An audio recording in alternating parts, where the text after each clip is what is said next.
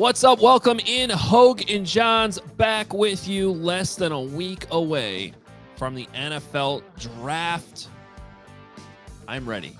I'm actually not ready. Oh, yeah. But I'm ready for it to be here. I'm not ready from a preparation standpoint, but I want it to be here. What do you got to do? Like, I don't know.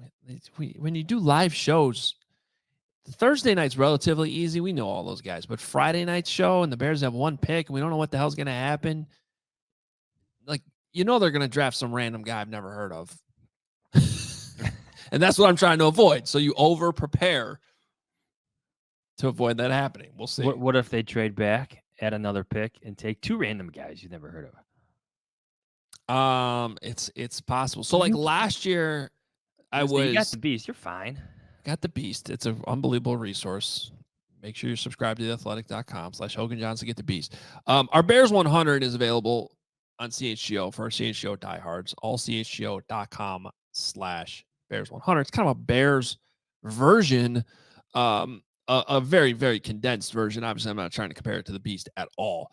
But we do get 100 names out there. We rank them for you. This is kind of where I'm trying to get to the finish line on in this final week. We try to tailor it to the Bears. And our guest today, Nick Baumgardner, who we're going to bring in here in a second, I was talking to him earlier, and I was like, yeah, it's just weird because there's like, I feel like there's not even we kept hearing about how this wasn't a good draft class. And like the guys I'm looking at here in the 80s right now, I'm like, I don't love these guys. I just, and the ones I kind of do, like Mike Sanderstrill, the slot corner from Michigan, like it's not a positional need for the Bears. So I got him down in the 70s when I know others think he could be a first-round pick. So he's a good football player. Yeah, it's just kind of it's a weird 100 this year, and I think Friday night's going to be fascinating. All the attention, rightfully so, on Thursday, but what happens Friday with the Bears will be super interesting too. 4 picks. Yeah, 4 picks. I feel like they're going to leave this draft with like 5. Not a lot. I mean, they won't add to it a lot, but I feel like they'll leave with a bit more. Yeah, and I don't think they're sweating not having those picks.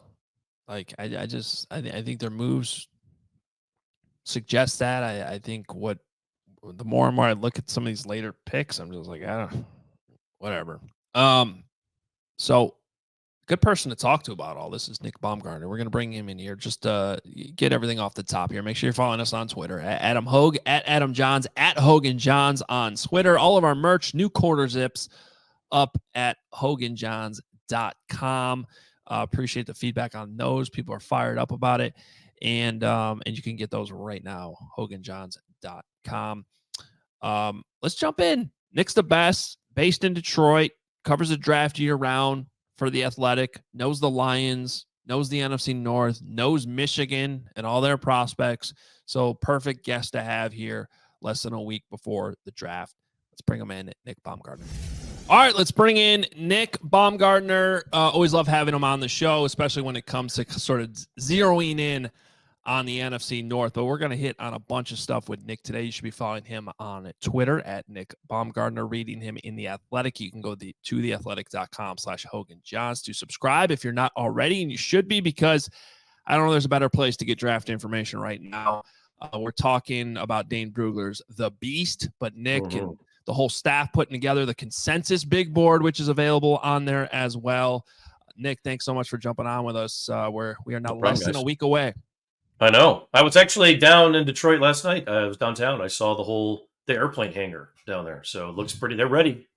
They are ready. They got signs everywhere, the whole thing. So ready to go. Saw a Bill and Beer picture for some reason. Wow. Down there. So yeah, the city is ready to go for this. They've been waiting. So yeah, I have to say, of all the things the NFL has turned into like a massive thing, I know, right? Nothing to me is more impressive than turning something that could literally be done on a computer at home into what has become this massive 3-day multi-network. Fans go attend it, and they're like happy to be there too. It's red carpet, the whole thing. Like I think this is the most impressive thing that the NFL has turned into a spectacle. Yeah, and like the thing that I always tell people every year is, I'm like, can you believe that they haven't been doing this for 40 years? Like they've only been doing it for like 5 or 6 or something like that. Like it's not that old, but like what a perfect like outside stand around drink beer event, right? Like there's really not a better one in the spring than this one. So Nick, great stuff. I Love like it. the idea of the draft in Detroit, and there's just a bunch of bad boy references. Yeah, like Just go for it, I guess. Yeah, just Pistons we're gonna glory do it. days, Bill Yeah, Lambiers presenting picks. Why not? Why everything's not? gonna be just combined, and yeah, they get the black jerseys back, right? So that was Not exciting. we'll see Dan how Campbell requested them apparently. I want to hit on that in a second, Yeah. but real quick, we'll see how this goes into Green Bay next year, though. Yeah. Yes, that's when a good it's point. it's snowing in Green Bay. No one can get there. People are still ice skating across the street from Lambeau. They're apparently not doing the stadium renovations they were going to do for it. It's sort of a They're mess. stuck in Appleton there, and they can't get out of traffic. I do actually want to ask you about the uniforms that the Lions revealed yesterday, because first of all, looking at the normal ones, I can't really tell what's different. Yeah, first of all, it's subtle. But I do like them. Like I know there's something different because I'm like these look better to me than what the Lions have had out there. And then 100%. the black ones I actually kind of like. The blue helmet almost looks like Carolina Pantherish to me, but I actually like them. So I think the difference with the original or the regular ones is the numbers. They changed the font on the numbers, and they look far more like they did in the 90s. Like if you remember like the old Chris Spielman days. Oh yeah. So these jerseys to me, and I think a lot of other people agree, they look like that. They look more like a modern version of that, which is pretty cool. And then the black jerseys, I think they're also going to have black pants, which they did not wear the black pants when they originally had the black jerseys. And of course, Campbell played with the black jerseys. And I mean, look, I tried to say this on Twitter before. Campbell requested apparently this of the Lions. We want the black ones back whenever we get a chance to change it. Anyone who's played football on any level, all black uniforms, there's nothing better. Like all black tape, all black, like there is nothing better than that. Players love that stuff. So it wasn't shocking to hear that, but I thought they were pretty cool. And I almost thought that the blue helmet last year, they unveiled that last year, was because they were going to do this. Like it kind of makes sense that they went together, black and blue. The old black and blue division. The old black and blue, yeah. I like pretty it. cool. I mean, I'm kind of a uniform snob, so when any team reveals, I can be too, but yeah. I can be very critical of it, but I like what the Lions did. So they've passed that test, and honestly, what has seemed to me like otherwise a kind of a quiet offseason for them. We'll touch a little bit more on the Lions a little bit later on. I want to kind of stick to the draft to start, and we'll start with this because you did a redraft of last year's draft that came out earlier this week on The Athletic, and a couple highlights. Not surprisingly, you got the Panthers taking C.J. Stroud instead of Bryce Young. You still have the Texans taking Bryce Young second then. But to kind of gear this towards the Bears, I think a couple things that are interesting.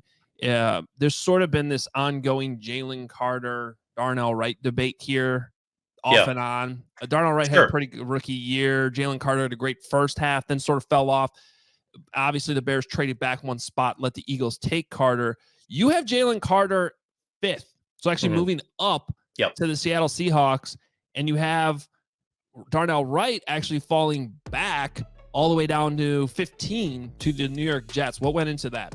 So to me, I thought last year I like Darnell Wright. And this is one of those things where this is tough because it's a guy that I don't want to drop all the way out because I think he'd still be a first-round pick, and I think he'd probably still be in the teens. Maybe he'd be right where he was. But I thought that was a little high for him last year. I thought a little bit high. I don't know if I would have taken him there. But he's also been a good player for them. He was a good run blocker last year. I think he's going to be a good one for a long time. He's a really good, solid player, exactly what they needed, which is why I really didn't hate the pick, and maybe they would have done it again. But to me, it's I'm just going back and looking at, how these guys performed when they were sort of at their best. And Carter is one, and that was a hard one too, because I don't know if Seattle would not take Witherspoon again because he was so good. But Carter is a difference-making, player, and it's one of those things where I guess you run that risk with everybody of can your locker room handle this or not? And Chicago made the decision that it made last year, obviously. We don't want to do that. And I think a lot of other teams did the same thing, and that's totally fine based on where you're at. But based on a redraft on talent, nobody at that position did as much damage. Will Anderson was, probably better, but when Carter was right, he was just wrecking people as a rookie, so it's hard to argue with that.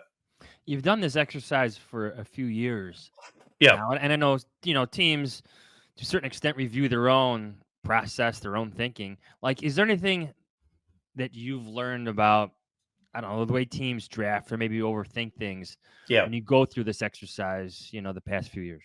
Yeah, it's definitely like when a team gets caught trying to get something that it feels like it needs, that it's like it's backed up against the wall and it has to have this. That's almost always where you see the mistakes. It's not always, Like reaches? yeah, right. Where they, yes, yeah, like with the all those quarterbacks a couple years ago, for example, or Chicago doing that with Fields, where it's like you're not taking into account the context of your team. And the Bears have done such a good job since then of getting themselves ready to do what they're about to do. But the reason why they're doing it again is because they weren't in position to draft a quarterback when they did it. And it's either you're reaching on a guy because you feel like we have to have a receiver, so we're going to take a guy higher than, or we have to have a pass rusher, so we have to take a guy higher than maybe we would like to otherwise. But like some of the ones with the quarterbacks and some of those bigger ones, especially the quarterbacks, it's not looking at the context of your roster. Like a lot of people right now have talked about the Giants as maybe they should take a quarterback. Like, what would that do? That would just complicate everything that's going on right now. They're already not good. It's not going to help the guy that you bring in, and so I think when I go back and look at it, the most easiest, like, wow, they really overthought this is you just didn't look at the context of your roster and somebody's trying to sell tickets or somebody was trying to make a splash or do something like that. And those things pop up a lot more than you think. And they pop up in like little spots, right? If a team trades up sometimes and you're like, why do they do that? Like, and sometimes the team will trade up and get a great player or think they get a great player at a position that they end up getting a better player later in the draft. And it's like, what are you doing? Like, play your board, settle down, understand what you're doing, and don't freak out. Like, so many people freak out on draft night. I think still. And, that's why those front offices with real scouting backgrounds, like those guys that just were scouts and that's how they came up, typically are the ones that had the most success. So just to kind of close the book on your redraft in terms of the Bears. So with Wright going to 15, that means the Bears passed on him, right, in your redraft, and they end up taking Puka Nacua. So before fans freak out, like, damn good wide receiver. That ended up having 114 catches and almost 1,700 yards. Too, yeah, as a rookie. Yeah. Pretty damn good pick. And then that course creates an interesting situation in hindsight, because if you had gone that route, we're probably not talking so much about Rome Odunze this year potentially being a Bear, and more likely like grabbing one of these offensive tackles, which still could be on the board, but it's just kind of interesting to think about it that way. And that's where I think and it's interesting because the Bears, I think, have done a really good job this year of prepping for this edge class not being very good. Like, they took care of their needs and corner too. Like, they don't really, corner's not a great class. But maybe in this case, last year, we could argue, you could have waited at tackle, certainly. Or you could have waited till this year because this tackle class is outstanding. And yeah, I mean, you could hindsight it, but I also don't really like to do that for a team like Chicago in that case, because Wright's a good player. Like, he is a good, and that's all you're really trying to do at the end of the day here when you're rebuilding, is you're just trying to get good quality players who are going to start. Like, I think he's a keeper. I think he's a guy that's going to be there for a while. Like, I think they'd probably agree. Like, there's things that you can improve upon if you're him, of course, but that's a solid, steady pick. And it's one of those things, like when I look at what Detroit did with Jack Campbell, I wouldn't have taken him where they took him, but like, he's a pretty good player. He's probably going to be a pretty good player for a long time. So like, whatever, like, that's fine with me. At the end of the day, if you look back on it, you can't hate it too much. One of my favorite things that The Athletic does is build these consensus big boards. We've been doing it for a while now. There's always updates because there's always movement, and there's so many, I guess, resources to kind of funnel in together. Exactly. Yeah. So the last one came out this week. Yeah, right? I think it is the last one. Yeah. On Tuesday. Where's been the most movement? Like, and what do you see? Like, what are your final takeaways if this is the last consensus big board where you have 100 prospects ranked 1 to 100?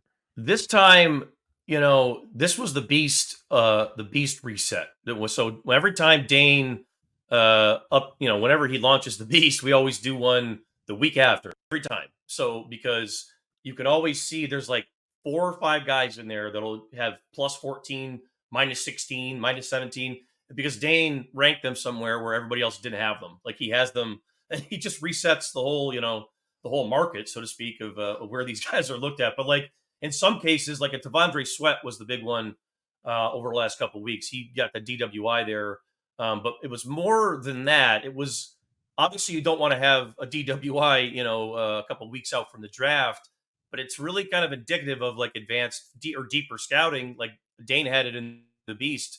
A lot of scouts were already concerned about his party animal type reputation in college, and I think he talked to NFL teams about it. Like they asked him about it, and he was sort of open. Like, yes, I partied a lot. Like I did a lot of stuff off the field that I probably shouldn't have. There's been questions about his weight. Like, so a lot of the stuff that leaks out at this time of year is, stuff like that, stuff that the teams have been compiling that, we think maybe this guy, but we're not really sure. Like a lot of people were like, oh, Sweat's done a really good job this offseason at staying at 366. Well, it turned out last year he was like 385. Like, so it's like, there's a lot of that stuff that's leaking out right now, but for the most part, it's all been pretty well set. It's like the combine will change it quite a bit. The Senior Bowl will change it quite a bit. But once you get past the combine, it really kind of just sticks and doesn't change much. There also seemed to be some movement like amongst the receivers. Now 5 spots there, maybe 1 spot here. Is this just because there's so many of them? I think in the so. Top 100? There's usually there's when we do this last year, especially because it wasn't a good receiver class. The receivers are always way too high, but this year I actually think some of them are way too low, and I think people have gotten because we've seen several years of this where the depth at receiver has been so good that everybody just gets numb to this. I feel like, you're getting these guys in the 4th round, 5th round, and they're playing really well. Like Puka was a 6th round pick for crying out loud, and he's, the best rookie in the league.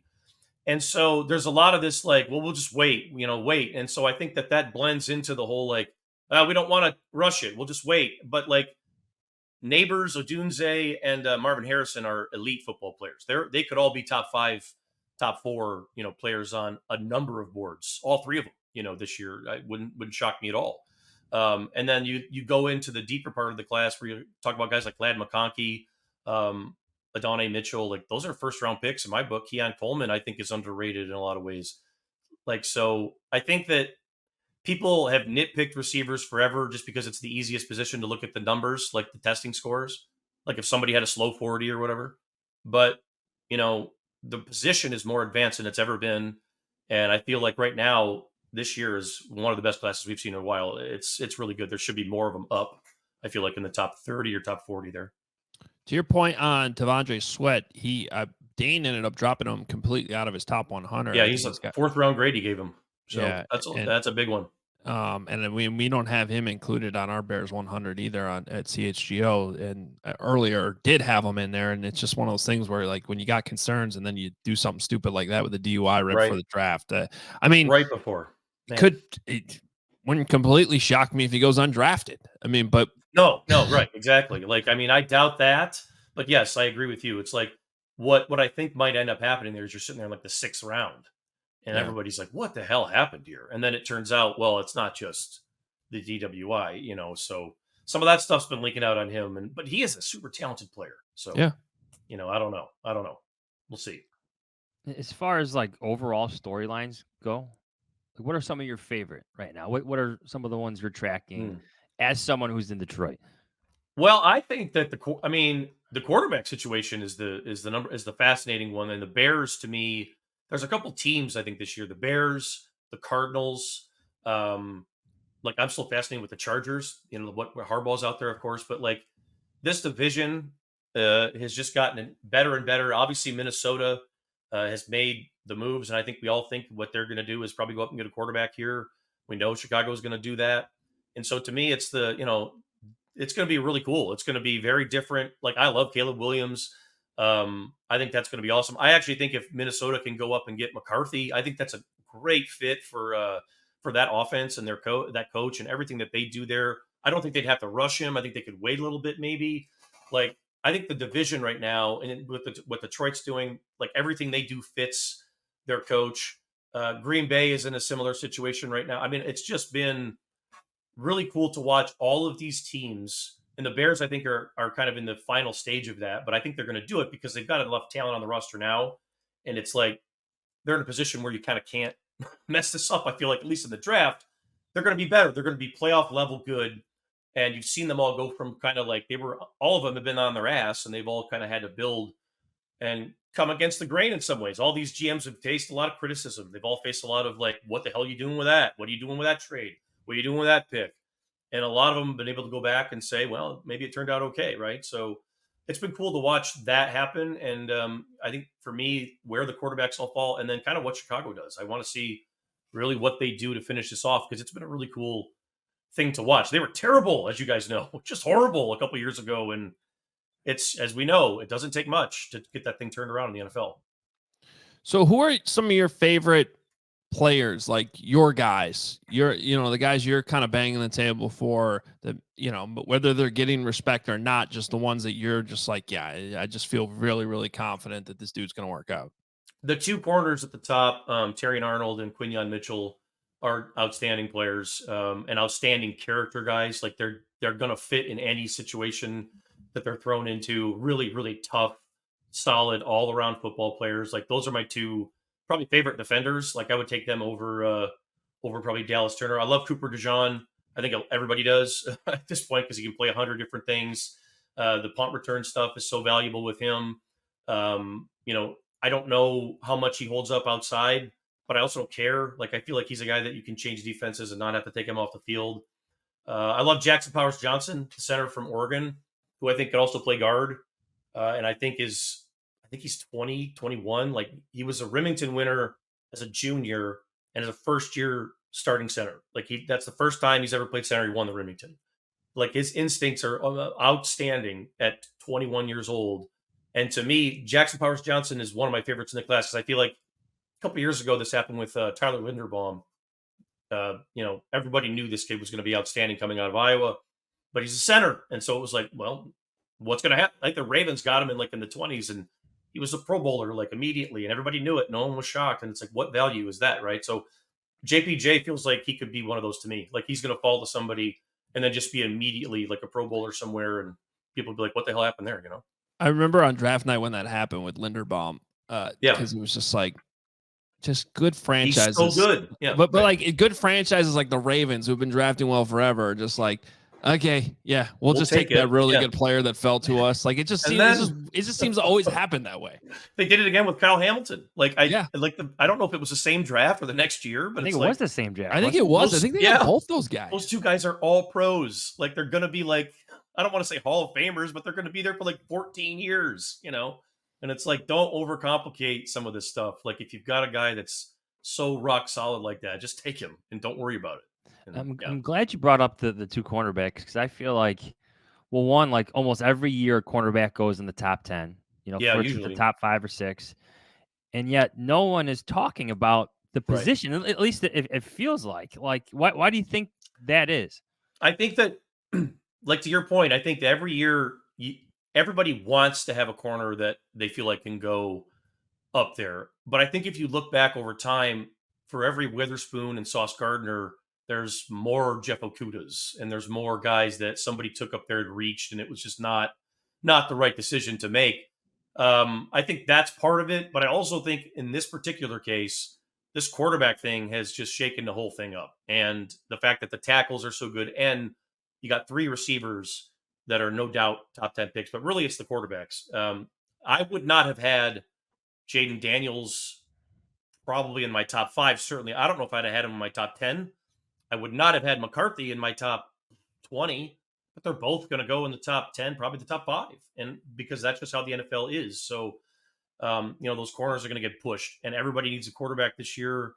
Everybody waited on this class, and there are 4 or 5 first round gradable, players. So you got to do it. And I think that's affecting a position like corner and probably edge to a degree as well. So let's run through the North real quick. And I want to start with the Vikings. You mentioned earlier, JJ McCarthy being a fit there. I tend to agree, even if it feels like if it's going to be a reach, especially if they take a minute. Trade up, which seems like it's on the table. But just, how much do you feel like, Just what do you feel about the general direction of the Vikings having to reset their quarterback spot, not having Kirk Cousins? To me, they just seem like, regardless of what happens next weekend, it would be surprising if they're not the 4th place team this year in the division. Right. Yeah, it feels like they're trying to reset right now. The unique thing about them is I don't think they're in a position where they have to just, like everybody else in this division, except for I guess Green Bay, but they kind of even had to do this. Like you had to go from the studs up and really rebuild the roots and everything of your roster. Minnesota's still got some really good players on the team. Like it's not just Jefferson. Like they've still got some good players who have a good window here, but like they are going to have to take a minute, especially with this division being as good as it is.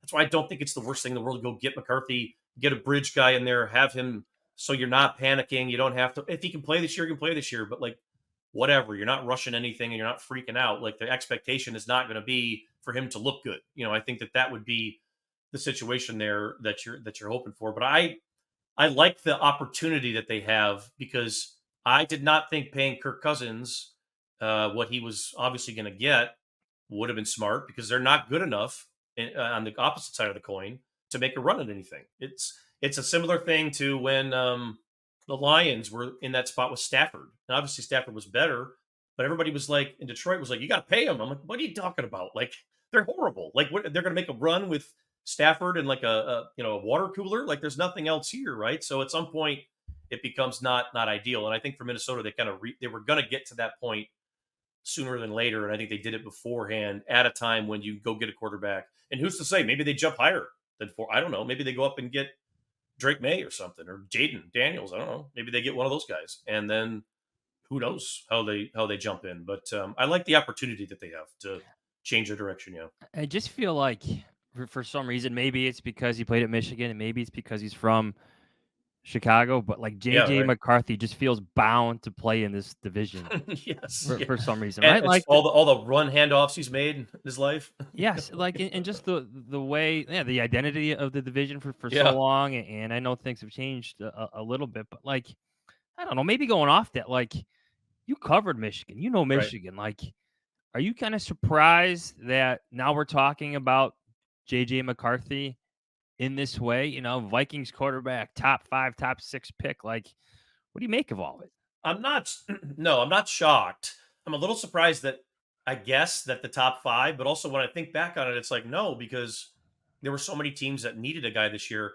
And I thought ever since I first probably saw him in Michigan Stadium, take a hit and make a throw with the balance and the weird arm angle and the athleticism and everything, like, you just know. I mean, you see the ball come out of a guy's hands, you're like, this guy has first round stuff, like all of it. It's top half of first round stuff. The problem with him, and it's the same as it was back then, is he is so aggressive and he is so downfield oriented. He's like Jim Harbaugh. He plays the game just like Jim did. Downfield oriented. I'm not taking a sack. I'm not taking an incomplete pass. I'm not throwing the ball away. If it's third and 14, I am not throwing it underneath. We're going for 15, like that sort of stuff.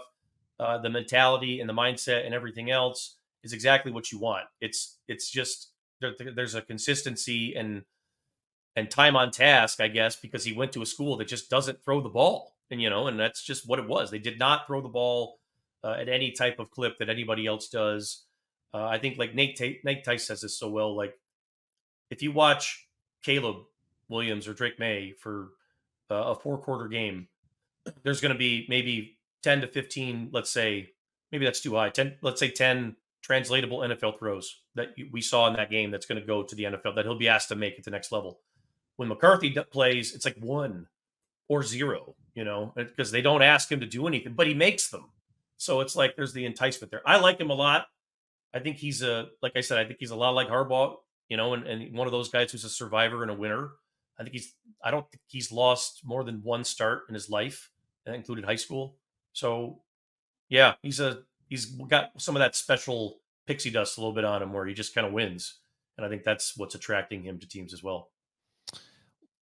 What about the Packers in all this? Like they're just there in the division. I don't like. I don't. A lot of free agency too. Yeah. You can't say that here in Chicago. They're just there. They're always there. Well, they are, but like I'm just no one. I feel like the only time the Packers have come Yeah. up this offseason is when like the drama with their stadium renovations. Like what? I know What? it's like kind of Rodgers is gone and they're just boring now, huh? I don't know. Like, so what's the conversation with the Packers right now? What should they be doing next weekend? I don't know. They got a lot of picks. They have a lot of picks, and I feel like they almost have too many. I would be curious if they don't make a move and go up and get somebody. They have a lot of draft picks, and they have a lot of good young talent. They have drafted well. They need some help on the offensive line.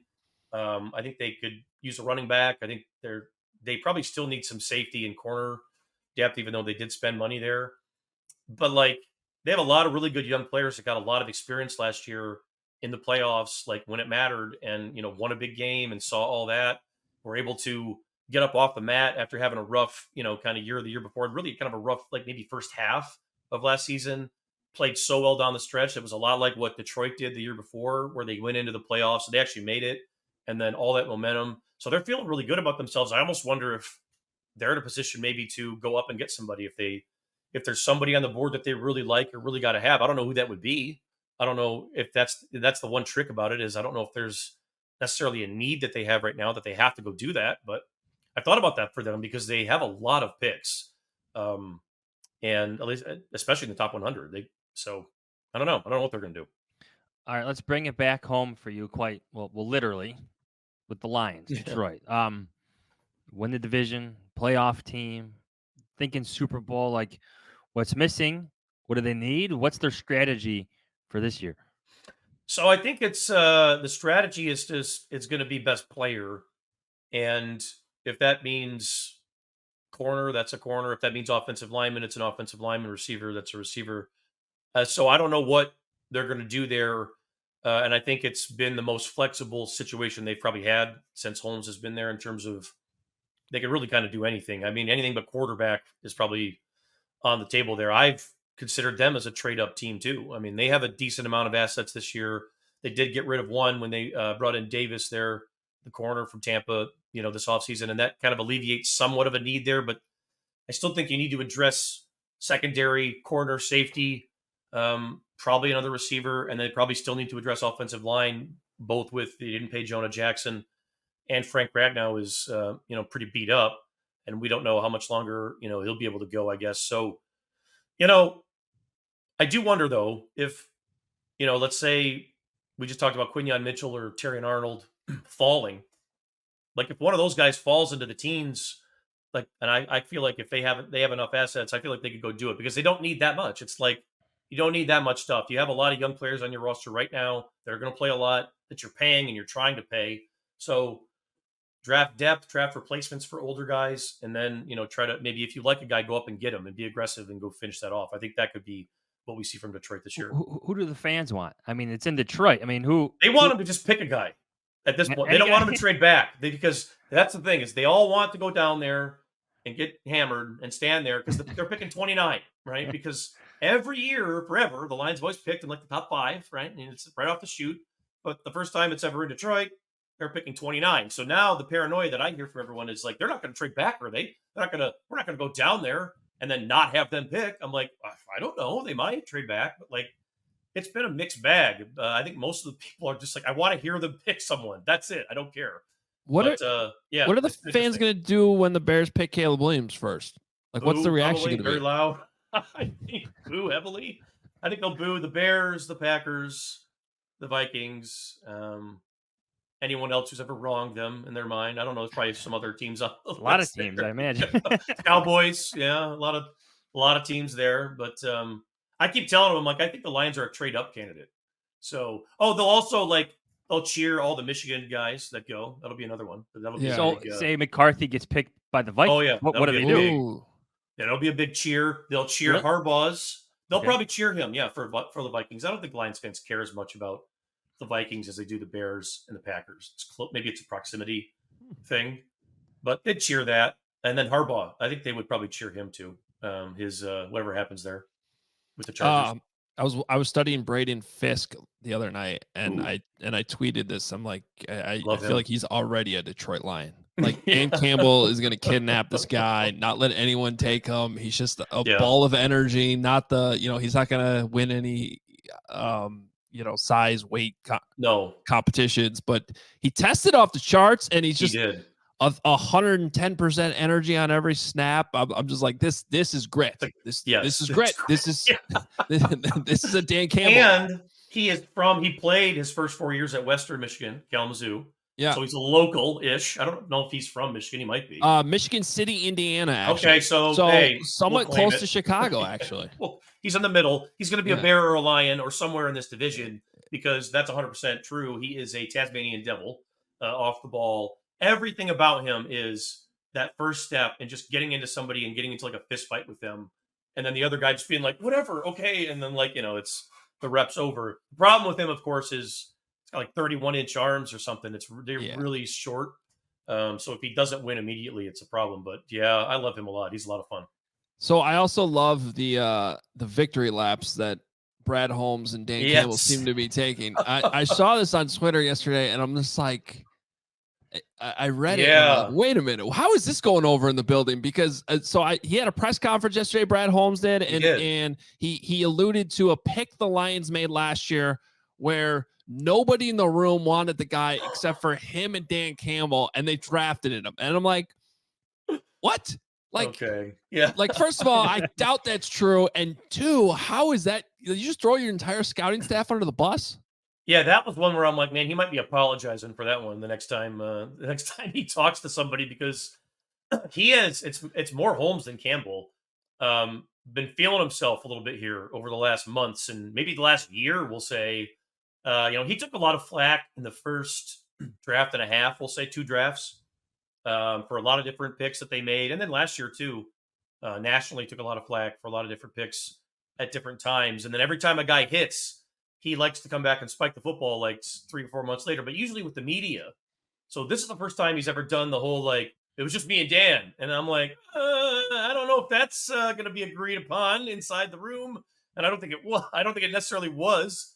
So yeah, I don't know if you'll hear too much more of that from him, but maybe, I don't know if he cares either, because he's made a lot of like really good picks. So, that's what it is. It's like he hasn't missed much, and he lets you know about it when he doesn't. He's keeping the receipts. He has kept all of them. Campbell says he is saving his receipts for later, but he has many of them on his own. So I don't know what that means. I assume that if they win the Super Bowl or something, he'll let his out. But yeah. Everybody who made fun of me for my knee biting comment. Right. I think that's what I think there's a lot of people in the media that like probably made some really bad statements that have probably already had to eat those, but I think he's waiting on that a little bit. Yeah. Well, it'll be interesting to see what they do, what this whole division does. We'll circle back, of course, ahead of the season so I have some thoughts on the Lions, season and they're how in an interesting place here. Yeah. They're in an interesting spot. So we'll circle back. We got plenty of time to do that before the season begins. But Nick, thank you so much. Enjoy the draft and start cracking on 2025, man. Come on. I started putting guys in the old sheet a couple weeks ago. We got to get moving. Dane's 6 months ahead of everyone on this already, as you know. So yeah. He'll have a ranking ready to go when the next draft ends. So yeah, I actually heard a rumor that the 2025 beast is dropping tomorrow. Yeah, right. I don't think so. Maybe not, but he'll be ready to go with something, I'm sure. Nick, thanks so much, man. You bet, fellas. All right, there he is, Nick Baumgardner. Again, follow him on Twitter at Nick Baumgardner, and all that stuff we were talking about, you can read it in The Athletic, theathletic.com/Hoge and Jahns. Any initial thoughts there? No, I mean, there's so much.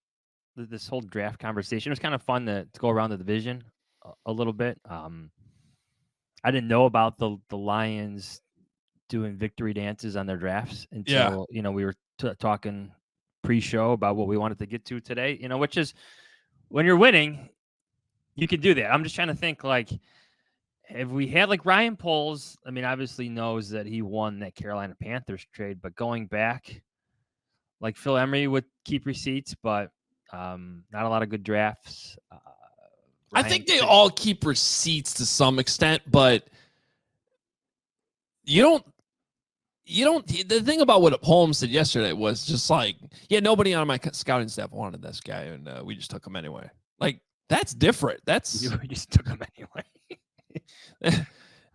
like most GMs are like, yeah, man, couldn't have done it without the staff, all the scouts. Usually they'd be the first to be like, hey, our West Coast regional scout found this guy. Like, he's the reason we got him. I don't know if I've ever heard a GM go, yeah, we don't want him, but Dan and I wanted him. Yeah, I wanted him. Yeah. Yeah. I'm sure it's happened before, but no, it's definitely happened where the GM. Well, I mean, there's just different forces at play sometimes, right? Like it's the dynamics of. Well, it's NFL rarely unanimous in the room, as much as they want to say it is. Like when Ryan Pace talked about drafting Mitch Trubisky. Yeah, we've heard plenty of stories since that have debunked that it was unanimous. Yeah, speaking of like the division, so Alec Lewis, the Athletics Vikings writer, you've seen him on the show a couple times. He did a story earlier this week about why teams often get it wrong, and in the draft, I mean, and like the big takeaway of it, please check it out, was teams tend to overrate their own thinking, their own strategy, their own prowess, like their own expertise. Mm-hmm. And sometimes you get moves traded up when you just got to play the odds sometimes. Then the hit rate is, like you're going to miss. As good as you feel about certain players, like look at Mitch Trubisky. Look at that story. Like odds are you're going to miss just as much as you're going to hit. Yeah. Well, don't tell people that about Caleb Williams. Oh, different conversation. Yeah, it is a little bit different. Hopefully. Well, I do if we're done with the football stuff, I do want to bring up one non-football thing here before we close out. By the way, we'll have one more episode before the draft next week, and we'll make our hold our feet to the fire and make our predictions for what the Bears are going to do at number 9. I think we get it's like kind of getting a free space this year at number 1. So I technically can move my streak to 2 years in a row of getting the first Bears first pick right. Oh, because you got Darnell right? I did. I can't even remember who I picked last year. I actually was trying to think of that too. I can't remember. Paris Johnson? Maybe. I don't know. The wrong offensive tackle? I don't know if you went O-line. Here, let's look at and the Peter Skronsky stuff became like a bit, but like I can't recall. I think you might have said Skronsky. Did you? Might have. So I'm looking at all the other options that yeah, I don't know. You know who's my Darnell Wright? Like, look at him because you should, because he's the Bears. Like, because there was some buzz about Darnell Wright later in the process. Like Byron Murphy seems to be one that's growing. I don't know. I don't know if I'm buying it too much, but well, I personally like him a ton, and I think he's a great fit for what the Bears need. The two things I can't figure out are how do they really feel about Javon Dexter right now? Yeah. But we do know they went after Christian Wilkins, right? They at least kicked the tires on him. Yeah. So, okay, and Javon Hargrave the year before. That was before they drafted Javon Dexter, but it's like, okay, I mean, I still think interior D-line can be in play if they find somebody who they consider a blue chip player. The problem with Byron is just, I don't know the size and the length thing, and he's more of an Aaron Donald type size guy compared to, the DeForest Buckner comp, which is why Javon Dexter, they seem to go after him last year because he's just a massive dude, and he fits that better, which seems to be Matt Eberflus's preference on his defense. But I don't know. We're only 2 years. I mean, Matt Eberflus would take Aaron Donald, but I'm not sure Byron Murphy's Aaron Donald. Right, and I'm not trying to suggest he is. Isn't the same collegiately. No, but I do think there are some similarities there that if his one knock is his height, I think he uses that to his advantage, actually, when I watch him, which is what I said about Aaron Donald coming out. So, yeah, it's not to say that he's going to be Aaron Donald. Nobody's going to be Aaron Donald. He's one of the best defensive players of all time. But he is more Aaron Donald size-wise than he is DeForest Buckner. That's all. And obviously Flus had Buckner and Indy, and they went. So that's the thing with him. So My gut kind of tells me he's not a Bears fit, but I personally like him. I think he's going to be a good player. And I do think that that's a position they really need, which is why, that is why interesting talking to Nick about Jalen Carter redrafting at 5 and Darnell Wright back at 15. I'm sure many Bears fans would disagree, but I always like hearing the outside perspective on stuff like that. So yeah. What was your non-football thing? I have a hockey. I know it's hard for me to go off the board with football. I don't know if you saw me tweeting around midnight last night about Idaho's punter kicker. No, thank God. He kicks with his right foot and he punts with his left. All right, that's kind of cool. How do you not give that guy your 90th roster spot in the offseason? You get 2 camp legs in 1. You just want to see it. You don't need. You have a. Yeah, well, yes, obviously. I'm doing a bit here, but in all seriousness, I was watching them play Southern Illinois on December 2nd, as one does, right? You're watching this at midnight? No. What I did last night was I keep notes throughout the year when I'm watching college football. I'm not sitting there with my computer like filling out draft sheet. I just will with my phone. I'll put it in like iPhone notes or whatever, and I keep it in a folder under the draft. And eventually, I get to the point closer to the draft where I'm looking at some of this more peripheral stuff that like just jog my memory from. And so I was doing this last night, and I came across this Idaho punter, Ricardo Chavez, I believe. And by the way, this isn't my non-football thought, obviously. And I'm like, oh yeah, I forgot about this guy. I'm like, wait, is he in the draft this year? And so I went to the Beast, and Dane's got him as his number 10 punter, priority free agent, not listed as a kicker, even though he does both. But I remember watching this game because they're playing at Southern Illinois, and it was a playoff game. That's why it was on my TV in early December. And I'm like, wait a minute, this guy, I just saw him kick a field goal, and now he just punted the ball with his other foot. What's happening here? I love this guy. An ambidextrous kicker. Yeah. Well, I've always been like, how come somebody can't kick and punt? I mean, I know why, but like McAfee did both. Like we should have more guys that do both. But I've never seen one that could do it with 2 opposite legs. It's fantastic. So I'm just saying, 90th man on the roster, you get 2 camp legs in 1. And you don't have to worry about him wearing out. Because, okay, his right leg's tired today. Well, then today's a punting day. I love it. I want to see it. And you've lost interest, which is fine. I'm not even here mentally. Yeah, I know. Maybe. What's your hockey thought? What do you got? I am officially a Chicago Blackhawks season ticket holder. Oh, wow. Yeah. Even though they stink. They're not going to, though. They're like 1 or 2 years away. Oh, I know that. I'm not. Where are your seats? We're going 200 level. Oh, yeah, we're going big. I mean, obviously, I'm not going to be able to go to every game. I'm not going to be able to go to a lot of games, but I'm in, man. I feel like the Hawks are coming back. I enjoyed this season, even though they were horrible, and they're going to get another. If the lottery goes their way, they should have another, maybe top 3 pick. Bedard's just unbelievable.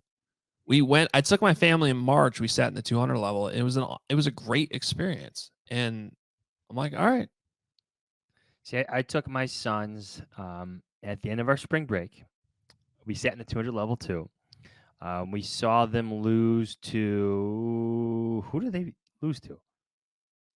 But not a good team. I want to say it was the Minnesota Wild. Okay. Where you had the 2 rookies kind of going at it.